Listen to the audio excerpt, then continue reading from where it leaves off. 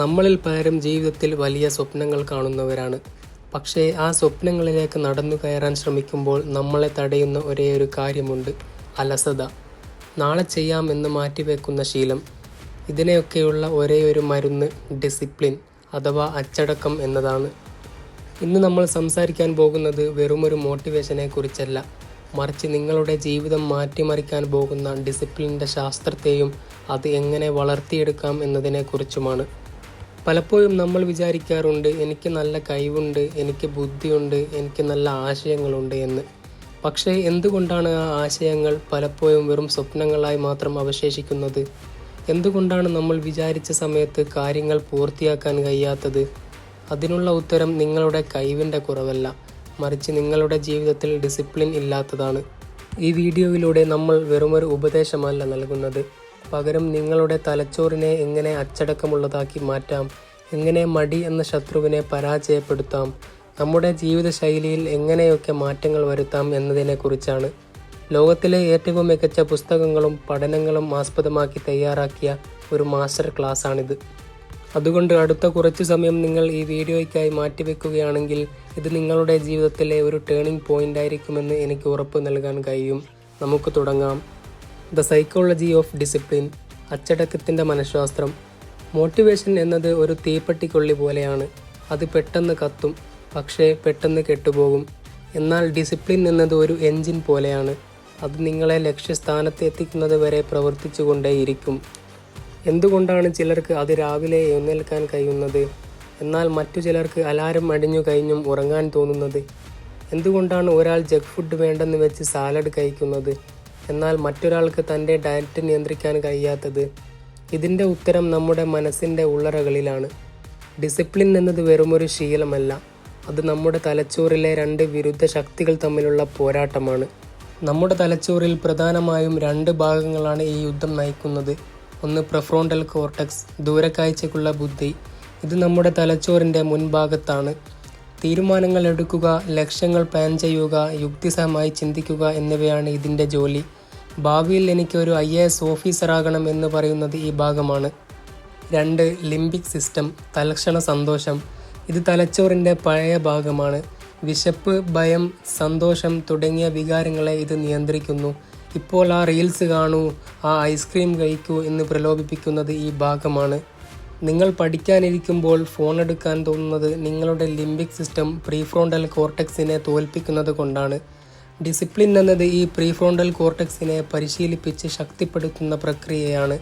ഒരു മസിൽ വളർത്തുന്നത് പോലെ നമുക്ക് ഈ ഭാഗത്തെയും വളർത്തിയെടുക്കാം. Marshmallow experiment. ഡിസിപ്ലിനെക്കുറിച്ച് പറയുമ്പോൾ ഒഴിച്ചുകൂടാനാവാത്ത ഒന്നാണ് 1960കളിൽ സ്റ്റാൻഫോർഡ് യൂണിവേഴ്സിറ്റിയിൽ നടന്ന മാഷ്മെല്ലോ എക്സ്പെരിമെൻ്റ്. ഒരു മുറിയിൽ ഒരു കുട്ടിയെ ഇരുത്തി അവൻ്റെ മുന്നിൽ ഒരു മാഷ്മെല്ലോ മിഠായി വെക്കുന്നു. ഞാൻ പോയിട്ട് വരുന്നതുവരെ കഴിക്കാതെ ഇരുന്നാൽ നിനക്ക് 2 മിഠായി തരാമെന്ന് ഗവേഷകൻ പറയുന്നു. ചില കുട്ടികൾ ഉടനെ ഇത് കഴിച്ചു, ചില കുട്ടികൾ കാത്തിരുന്ന് 2 മിഠായി വാങ്ങി. 40 വർഷത്തിന് ശേഷം ഈ കുട്ടികളെ വീണ്ടും പരിശോധിച്ചപ്പോൾ കാത്തിരുന്ന കുട്ടികൾ ജീവിതത്തിൽ സാമ്പത്തികമായും കരിയറിലും വലിയ വിജയങ്ങൾ നേടിയതായി കണ്ടെത്തി. അതായത് ഇപ്പോഴത്തെ സുഖം മാറ്റിവെക്കാനുള്ള കഴിവാണ് വിജയത്തിൻ്റെ ആധാരശില. Dopamine hijacking. എന്തുകൊണ്ടാണ് ആധുനിക കാലത്ത് അച്ചടക്കം പാലിക്കാൻ ഇത്ര ബുദ്ധിമുട്ട് തോന്നുന്നത്? കാരണം നമ്മുടെ ഡോപ്പമൈൻ സിസ്റ്റം അട്ടിമറിക്കപ്പെട്ടിരിക്കുന്നു. എന്താണ് ഡോപ്പമൈൻ? ഇതൊരു ഫീൽ ഗുഡ് ഹോർമോണാണ്. ഒരു ജോലി പൂർത്തിയാക്കുമ്പോൾ നമുക്ക് ലഭിക്കുന്ന സംതൃപ്തിയാണിത്. ചീപ്പ് ഡോപ്പമൈൻ. ഇൻസ്റ്റഗ്രാം ലൈക്കുകൾ, വീഡിയോ ഗെയിമുകൾ, പോൺ വീഡിയോസ്, ജങ്ക് ഫുഡ് എന്നിവയിലൂടെ അധ്വാനമില്ലാതെ നമുക്ക് ഡോപ്പമൈൻ ലഭിക്കുന്നു. തലച്ചോറിന് എളുപ്പവഴികൾ ഇഷ്ടമാണ്, അതുകൊണ്ട് കഠിനാധ്വാനം വേണ്ട ശീലങ്ങളെ അത് വെറുക്കുന്നു. ഡിസിപ്ലിൻ തകരുന്നതിൻ്റെ 3 പ്രധാന കാരണങ്ങൾ നമുക്ക് നോക്കാം. ഒരു ദിവസം രാവിലെ മുതൽ വൈകുന്നേരം വരെ നമ്മൾ ഒരുപാട് തീരുമാനങ്ങൾ എടുക്കുന്നു. വൈകുന്നേരം ആകുമ്പോഴേക്കും നമ്മുടെ വിൽ പവർ കുറയുന്നു. അതുകൊണ്ടാണ് ഡയറ്റ് ചെയ്യുന്നവർ രാത്രിയിൽ കൂടുതലും ചീറ്റ് ചെയ്യുന്നത്. ഒരു ചെറിയ തെറ്റ് പറ്റിയാൽ, ഉദാഹരണത്തിന് ഡയറ്റിലായിരിക്കെ ഒരു ബിസ്ക്കറ്റ് കഴിച്ചാൽ, ഇനിയിപ്പോൾ എല്ലാം പോയില്ലേ, ബാക്കിയുള്ളതും കൂടി കഴിക്കാമെന്ന് ചിന്തിക്കുന്ന രീതി. Identify gap. ഞാനൊരു അലസനാണ് എന്ന് നിങ്ങൾ നിങ്ങളെക്കുറിച്ച് തന്നെ വിശ്വസിക്കുന്നുണ്ടെങ്കിൽ നിങ്ങൾക്കൊരിക്കലും അച്ചടക്കം പാലിക്കാൻ കഴിയില്ല. നിങ്ങളുടെ ഐഡൻറ്റിഫൈ മാറ്റുകയാണ് ആദ്യം വേണ്ടത്. ഇതിനുള്ള മനഃശാസ്ത്രപരമായ പരിഹാരങ്ങൾ നമുക്ക് നോക്കാം. ഞാൻ നാളെ പഠിക്കുമെന്ന് പറയുന്നതിന് പകരം നാളെ രാവിലെ 10 മണിക്ക് എൻ്റെ സ്റ്റഡി ടേബിളിൽ ഇരുന്ന് ഞാൻ കണക്കിലെ ഈ അധ്യായം പഠിക്കുമെന്ന് കൃത്യമായി പ്ലാൻ ചെയ്യുക. അടുത്തത് ദ 2 മിനിറ്റ് റൂൾ. ഏത് വലിയ കാര്യവും തുടങ്ങാൻ മടി തോന്നുമ്പോൾ അത് വെറും 2 മിനിറ്റ് മാത്രം ചെയ്യുക. തുടങ്ങിക്കഴിഞ്ഞാൽ തലച്ചോർ ആ ജോലി പൂർത്തിയാക്കാൻ പ്രേരിപ്പിക്കും. Dopamine detox. ആഴ്ചയിൽ ഒരു ദിവസം സോഷ്യൽ മീഡിയയും സ്ക്രീനും പൂർണ്ണമായും ഒഴിവാക്കി തലച്ചോറിനെ റീസെറ്റ് ചെയ്യുക. അടുത്തത് the deep meaning of discipline. എന്താണ് യഥാർത്ഥത്തിൽ അച്ചടക്കമെന്ന് പറയുന്നത്? നമ്മൾ കുട്ടിക്കാലം മുതൽ കേൾക്കുന്ന ഒരു വാക്കാണ് ഡിസിപ്ലിൻ എന്നത്, അതായത് അച്ചടക്കം. സ്കൂളിൽ യൂണിഫോം കൃത്യമായി ധരിക്കുക, വരിയായി നടക്കുക, അധ്യാപകർ പറയുന്നത് അനുസരിക്കുക, ഇതൊക്കെയായിരുന്നു നമ്മളുടെ അച്ചടക്ക സങ്കല്പങ്ങൾ. എന്നാൽ യഥാർത്ഥ ജീവിതത്തിൽ ഡിസിപ്ലിൻ എന്നത് ഇതിലുമൊക്കെ എത്രയോ മുകളിലാണ്. ഡിസിപ്ലിൻ എന്നത് ഒരാൾ നിങ്ങളെ നോക്കുമ്പോൾ കാണിക്കുന്ന ഭയമല്ല, മറിച്ച് ആരും നോക്കാതിരിക്കുമ്പോൾ നിങ്ങൾ സ്വയം കാണിക്കുന്ന സത്യസന്ധതയാണ്. ഡിസിപ്ലിൻ ഉണ്ടാക്കിയെടുക്കാനുള്ള 5 ഘട്ടങ്ങൾ നമുക്ക് നോക്കാം. Step 1, find your purpose. നിങ്ങൾ എന്തിനാണ് ഇത് ചെയ്യുന്നത് എന്ന് കൃത്യമായ ബോധ്യം വേണം. ഒരു കാരണവുമില്ലാതെ ആർക്കും ഡിസിപ്ലിൻ പാലിക്കാൻ കഴിയില്ല. സ്റ്റെപ്പ് 2, ചെറിയ മാറ്റങ്ങൾ ഉണ്ടാക്കിയെടുക്കുക. ഒറ്റയടിക്ക് മലമറിക്കാൻ നോക്കരുത്. ദിവസവും 10 മിനിറ്റെങ്കിലും വ്യായാമം ചെയ്യുക, അല്ലെങ്കിൽ 5 പേജ് വായന. ഇതിൽ നിന്ന് തുടങ്ങുക. സ്റ്റെപ്പ് 3, പരിസ്ഥിതി മാറ്റുക. നിങ്ങളുടെ ഫോൺ നോട്ടിഫിക്കേഷൻ ഓഫ് ചെയ്യുക. പഠിക്കുന്ന സ്ഥലം വൃത്തിയാക്കി വെക്കുക. ചുറ്റുമുള്ള കാര്യങ്ങൾ ഡിസിപ്ലിനെ സഹായിക്കുന്നതാക്കണം. Step 4, delayed gratification. ഇപ്പോഴത്തെ ചെറിയ സന്തോഷങ്ങൾ മാറ്റിവെക്കുക. ഉദാഹരണത്തിന് ഇൻസ്റ്റഗ്രാം റീൽസ് കാണുന്നത്, ഫോൺ വീഡിയോസ് കാണുന്നത്. ഇതുപോലത്തെ തൽക്ഷണ സന്തോഷത്തേക്കാൾ ഭാവിയിലെ വലിയ വിജയത്തിന് മുൻഗണന നൽകുക. Number 4, overcoming obstacles. അലസത വരുമ്പോൾ 5 സെക്കൻഡ്സ് റൂൾ ഉപയോഗിക്കുക. 5 മുതൽ 1 വരെ പിന്നോട്ട് എണ്ണി എഴുന്നേറ്റ് ജോലി ചെയ്യുക.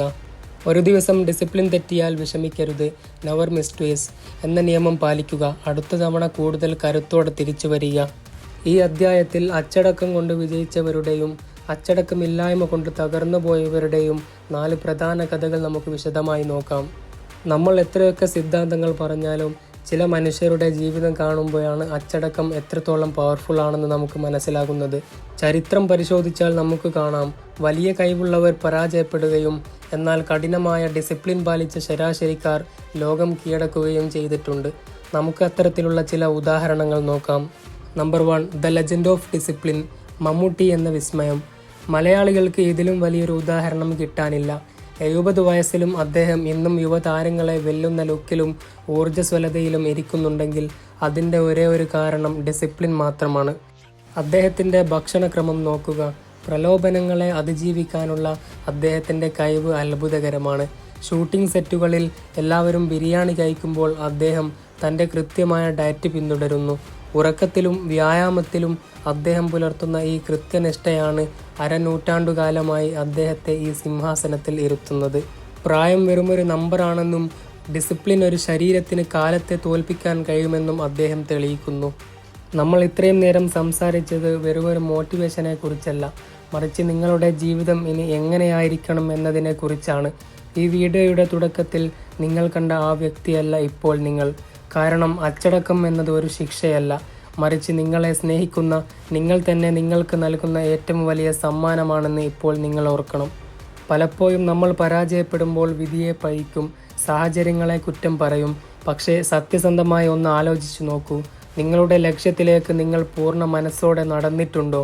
നിങ്ങൾക്ക് ചെയ്യാൻ കഴിയുന്നതിൻ്റെ 100% നിങ്ങൾ നൽകിയിട്ടുണ്ടോ? ഡിസിപ്ലിൻ എന്നത് ഒരു ദിവസത്തെ അത്ഭുതമല്ല, അതൊരു യാത്രയാണ്. ചിലപ്പോൾ നിങ്ങൾ വീണുപോയേക്കാം, ചിലപ്പോൾ നിങ്ങൾക്ക് മടി തോന്നാം. പക്ഷേ വീഴുമ്പോഴല്ല പരാജയം സംഭവിക്കുന്നത്, വീണെടുത്ത് തന്നെ കിടക്കുമ്പോഴാണ് പരാജയം സംഭവിക്കുന്നത്.